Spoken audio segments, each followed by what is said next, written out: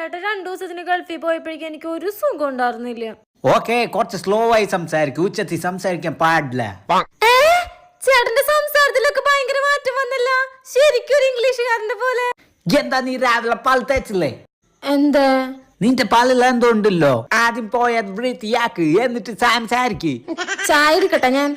No, 1 black coffee. Okay okay, ദാ ചേട്ടന്റെ black coffee.